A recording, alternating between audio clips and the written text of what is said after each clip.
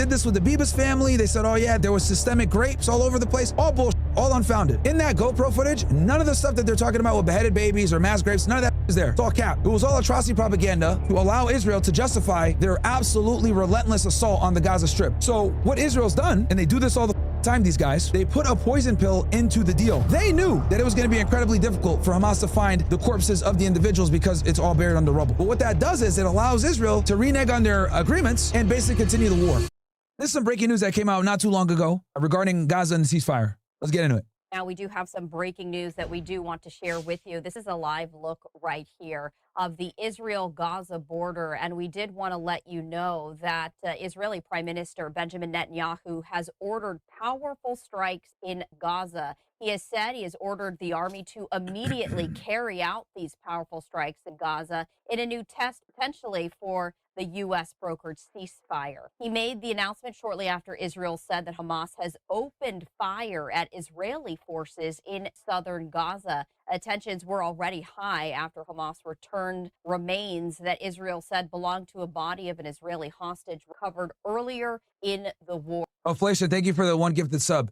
So this is a breaking news update that we did want to share with you. And I also wanted to share this social media post from Israeli Prime Minister's office saying, following security consultations, Prime Minister Netanyahu has directed military to immediately carry out force strikes in the Gaza Strip. Another live look right here from the border of Israel and Gaza. It is nighttime. As we haven't yet seen some of the sky illuminate from these strikes, but we are continuing to monitor this as we have learned that Israeli Prime Minister Benjamin Netanyahu has ordered the army to immediately carry out powerful strikes in Gaza, making that announcement shortly after Israel said that Hamas had opened fire at Israeli forces in southern Gaza. We are continuing to monitor this breaking news situation, bringing you all developments and reaction as they come in. So let's go ahead and recap this real quick, okay?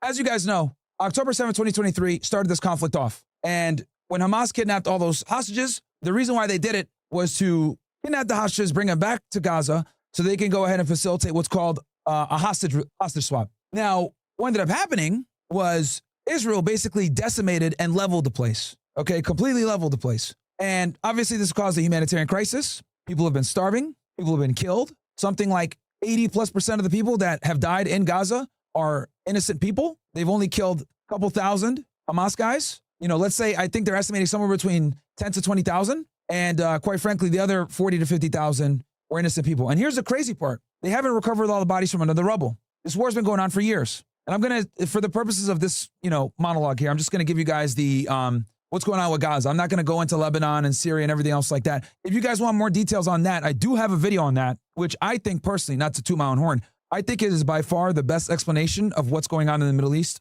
on YouTube right fucking now. And let me show you guys, because if you guys watch this video, you guys are going to be aware than more aware than like 99% of people. Here we go. Boom. In this video, guys, again, I'm not trying to toot my own horn, but I truly do think this is the most informative video on this conflict on YouTube, because I go line by fucking line of every escalation since like 2018, okay, that led us to October 7th and the eventual war that we're in the middle of right now, ceasefire, whatever the fuck they want to call it. The war's still on. I put timestamps in there for you guys, and I documented every single event. And honestly, this video I made as like a standalone, where if you're ever confused about the conflict, you can always go back to this video, and I put very detailed timestamps in here for you guys of every single event. 11/11/2018, when they ran a botched operation. 3/25/19, Gaza Strip to rocket. Led to October 7th, the border protests, right? And we work our way all the way to about August of 2025, when they assassinated Hamas spokesperson Abu Ubaidah, right? Because that's around the time I released this video. So all throughout here, man, very informative. Go check it out.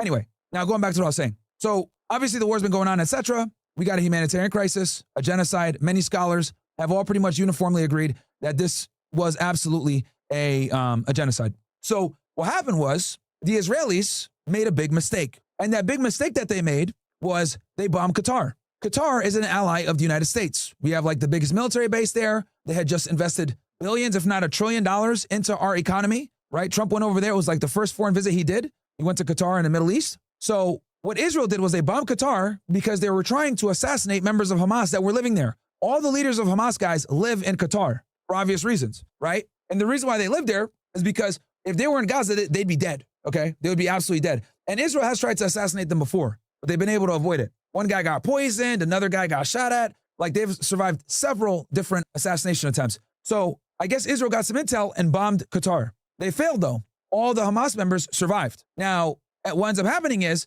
Israel looks like clowns, and they have egg on their face, and this infuriated Trump. And the reason why it infuriated Trump is because what I've been telling you guys from the beginning. The Israelis subvert and sabotage diplomacy that we have with the Middle East because they don't care. They're a fucking rogue nation. So what ended up happening was it forced Trump to capitulate and basically sign a NATO-type agreement with Qatar where if they're ever attacked, we will come in, and that will be an attack on one is an attack on all. They basically covered that type of thing. And then Saudi Arabia, when they saw that Qatar got bombed, went ahead on the line with Pakistan, and they also signed like a Muslim version of NATO where an attack on Saudi Arabia or an attack on Pakistan is the same. So that one bombing incident put an enormous amount of pressure on the United States, Saudi Arabia, and Qatar, because what was demonstrated by that attack was the United States has no control of Israel. They will do what they want to do and not deal with many consequences. So obviously this pissed Trump off. So when Netanyahu came to the United States, Trump had him call Qatar and apologize. Then we fast forward. What ended up happening, because Israel did that stupid shit, Qatar was no longer able to serve as the middle ground where the Israelis and Hamas can go ahead and have some type of discussion. Once they got bombed, they're like, all right, we're pulling out. So what ended up happening was Witkoff and Jared Kushner went to Egypt instead to do it. And that's when they had that whole, peace plan and everything else like that. This is where the peace plan was signed, right? And it was a 20 bullet point peace plan, nothing that we haven't seen before. But the big one was Hamas would give all the remaining living hostages, which they did. And in return, Israel gave something like 1,000 prisoners back to Gaza. Now, the reason why this is important is because they also negotiated that Hamas would give back the corpses of the dead Israelis. The only problem with that, though, is that a lot of the bodies are buried under the rubble. As you guys know, Gaza was being systemically bombed for 2 fucking years. 90% of the infrastructure is basically gone. So there's tens, maybe even hundreds of thousands of people that are buried under this rubble. And it's funny because they'll sit there and say, oh yeah, Hamas killed these, they killed the Israelis. They killed the hostages. That's bullshit. The IDF killed them. And if you just use common sense, if you're going to go ahead and risk your life and go into Israel to kidnap all these people, why the fuck would you kidnap them and then bring them back to Gaza to kill them? How does that make sense? Like, think about that. You're over here risking your life going into fucking Israel with World War II weaponry, fucking AKs and shitty ass rockets, right? With a little bandana on your head, screaming Allahu Akbar and shit. Like, you think you're going to take that crazy ass risk getting into the fucking kibbutzes to take niggas back to Gaza to kill them there? Hell no. You could have just shot them right there and killed them. So the logic doesn't make sense, right? It just doesn't make sense. Because they did this with the Bibas family. They said, oh yeah, there was systemic rapes all over the place. All bullshit, all unfounded. Oh, well, there's footage, blah, blah. In that GoPro footage, none of the stuff that they're talking about with beheaded babies or mass graves, none of that shit is there. It's all cap. It was all atrocity propaganda to allow Israel to justify their absolutely relentless assault on the Gaza Strip. So what Israel's done, and they do this all the fucking time, these guys, is they put a poison pill into the deal. They knew that it was going to be incredibly difficult for Hamas to find the corpses of the individuals because it's all buried under rubble. But what that does is it allows Israel to renege on their agreements and basically continue the war. Because and I want to really explain this dynamic here. So on one hand, you have Donald Trump. Donald Trump wants the war to end quickly. At the time, he wanted the Nobel Peace Prize and he wanted a ceasefire, right? He gave Israel the tools that they needed to get the job done, but he wanted it done quickly, right? That's from his perspective. And then Netanyahu bombing Qatar made him even less patient. Now we really got to end this shit. Now on the other side, with Benjamin Netanyahu, he's in a weird position too, because his constituents, who are all far-right Likud party members,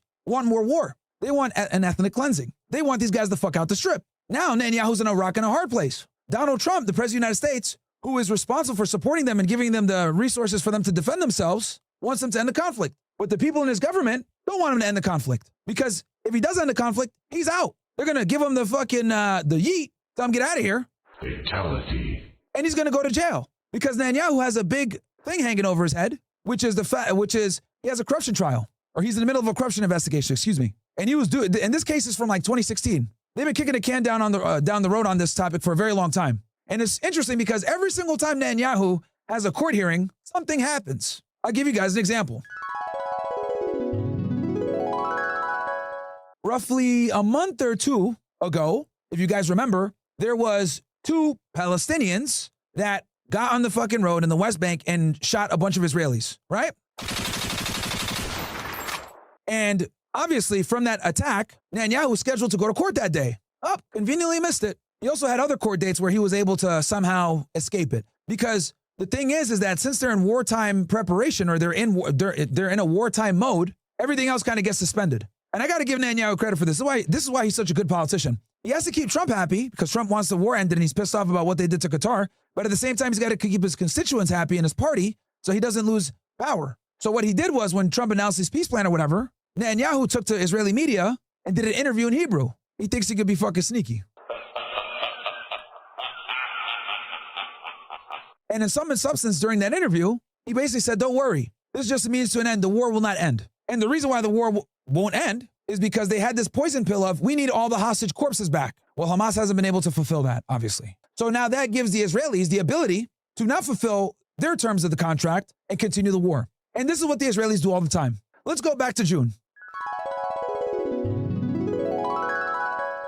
Earlier this year, during the spring and or early summertime, the United States was in talks with Iran about their nuclear program. These negotiations are basically were taking place again because back in 2018, Donald Trump pulled us out of the nuclear deal, the JCPOA. And basically what this nuclear deal was that Iran would refine uranium to a certain degree for energy purposes, not for weapons grade, and they would allow inspectors from the IAEA to come in and monitor their work at all the different nuclear facilities. This is what Obama put into place back in, I think like 2013 or 2015 or 2016, like 2013, I think, during the Obama era. So when Trump gets in, due to enormous pressure from the Zionist lobby and his Secretary of State, Mike Pompeo, who I think was also like a director of national security at the time. He had a couple different positions, but it was Mike Pompeo who was one of his main guys. He put pressure on Trump alongside the Zionist lobby to pull out the nuclear deal. And the reason why they wanted him to pull out the nuclear deal is because Israel is basically bitching, saying they're still making nukes, they're lying. And also, as long as Iran was doing what they needed to do when it came to, keeping uranium at a certain level, etc., the sanctions would be lifted. And Iran got a lot of money back during the deal. Israel can't have that. So they put an enormous amount of pressure on the American government through lobby organizations, etc., to get the nuclear deal pulled. And Trump did that. So fast forward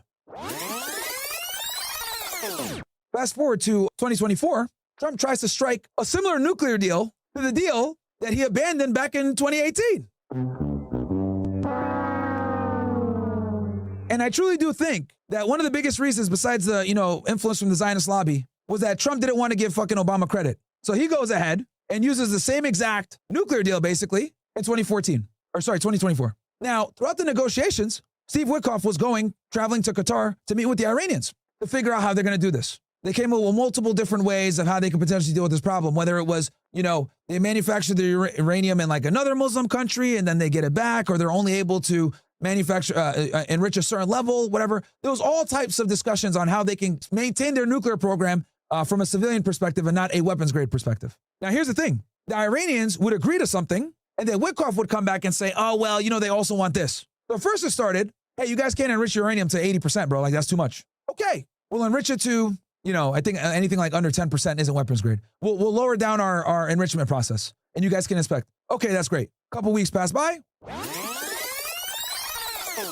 He goes back to Qatar again. Oh, well, we need you guys to kind of disarm your ballistic missile program. What? Yeah, we need you to kind of, That wasn't part of the deal. I thought we were talking about nuclear capability. Yeah, well, it's kind of a threat, So obviously, the Iranians said, go fucking pound sand. What the fuck does our ballistic missile program have to do with nukes? Of course, you could put a nuclear warhead on one of these ballistic missiles, but how the fuck are they going to defend themselves if you remove their ballistic missile program? They'd be a sitting duck for the Israelis. And this is what they did for months, chat. This is what they did for months. They stalled. Change the parameters. Then you fast forward to June.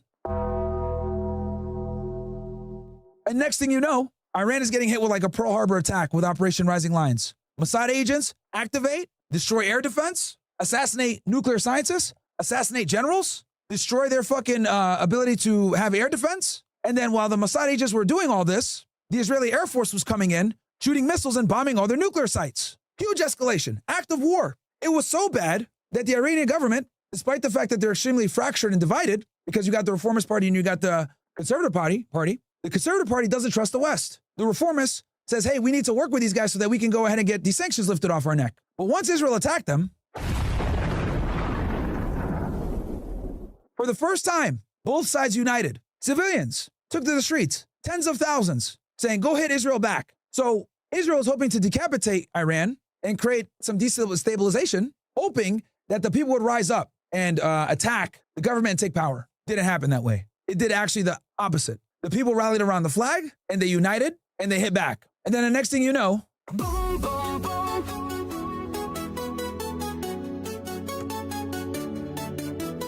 Boom, boom, boom. Boom, boom, Tel Aviv. This is what you get for all your evil deeds. Boom, boom, boom. Boom, boom, Tel Aviv. You brought this upon yourself. And Tel Aviv got fucking destroyed. But again, that's another example. And I hope I didn't go on there too much, but obviously I got to explain things in context. That's another perfect example, guys, of the Israelis making, putting poison pills into the deal. First, it's, hey, we need to know, see, look at your nuclear program. Then it's, okay, we also need you to disarm your ballistic missiles. Knowing that the Iranians would never agree to that, so that it could justify Israel attacking them.